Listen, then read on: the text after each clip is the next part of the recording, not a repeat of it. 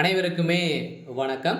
சற்று முன் கிடைத்திருக்கக்கூடிய ஒரு மிக மிக முக்கியமான செய்தி ஒன்று வெளியாகியுள்ளது.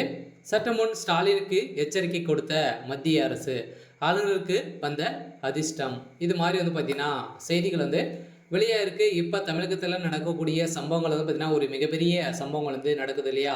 ஸோ திமுகவுடைய தலைமையகத்துக்கு பார்த்தீங்கன்னா ஒரு மிகப்பெரிய இடியாக தான் விழுந்திருக்கு. இந்த டாஸ்மாக் உடைய நிறுவனத்தின் ரயிலின் அடிப்படையில் திமுகவுடைய தலைமையும் கூண்டோடு பார்த்தீங்கன்னா சிறைக்கு செல்ல போகிறாங்க. ஸோ இந்த நிலையில் தான் தமிழகத்தில் ஆளுநர் ஆட்சி வரப்போகுது அப்படின்ற மாதிரி தான் இப்போ பார்த்தீங்கன்னா அதிரடியாக ஆளுநர் ஆர்.என். ரவி அவர்களுக்கு ஒரு 7-8 மாத காலங்களுக்கு அவருக்கு ஒரு மிகப்பெரிய அதிர்ஷ்டம் அடிச்சிருக்கு.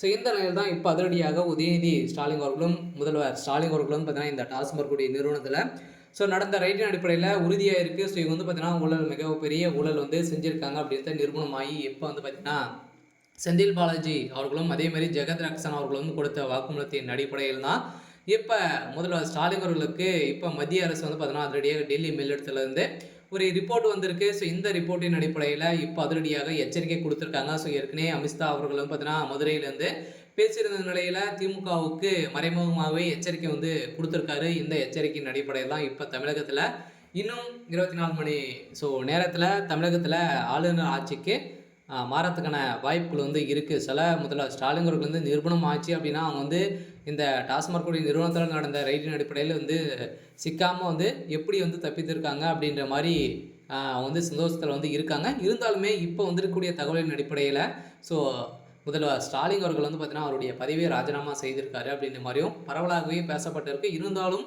திமுகவுடைய தலைமையகம் கூண்டோடு பார்த்தீங்கன்னா சிறைக்கு செல்வது உறுதி அப்படின்றத நிரூபணமாயிருக்கு. இப்போ அதிரடியாக முதல்வர் ஸ்டாலின் அவர்களுக்கு எச்சரிக்கை கொடுத்துருக்காங்க மத்திய அரசு. அதோட பார்த்தீங்கன்னா இப்போ இந்த டாஸ்மாக் நிறுவனத்தில் நடந்த ரைடின் அடிப்படையில் செந்தில் பாலாஜி அவர்களும் எம்பி ஜெகத் ரக்ஷன் அவர்களும் கொடுத்த வாக்குமூலம் இப்போ பரபரப்பை ஏற்படுத்தியிருக்கு.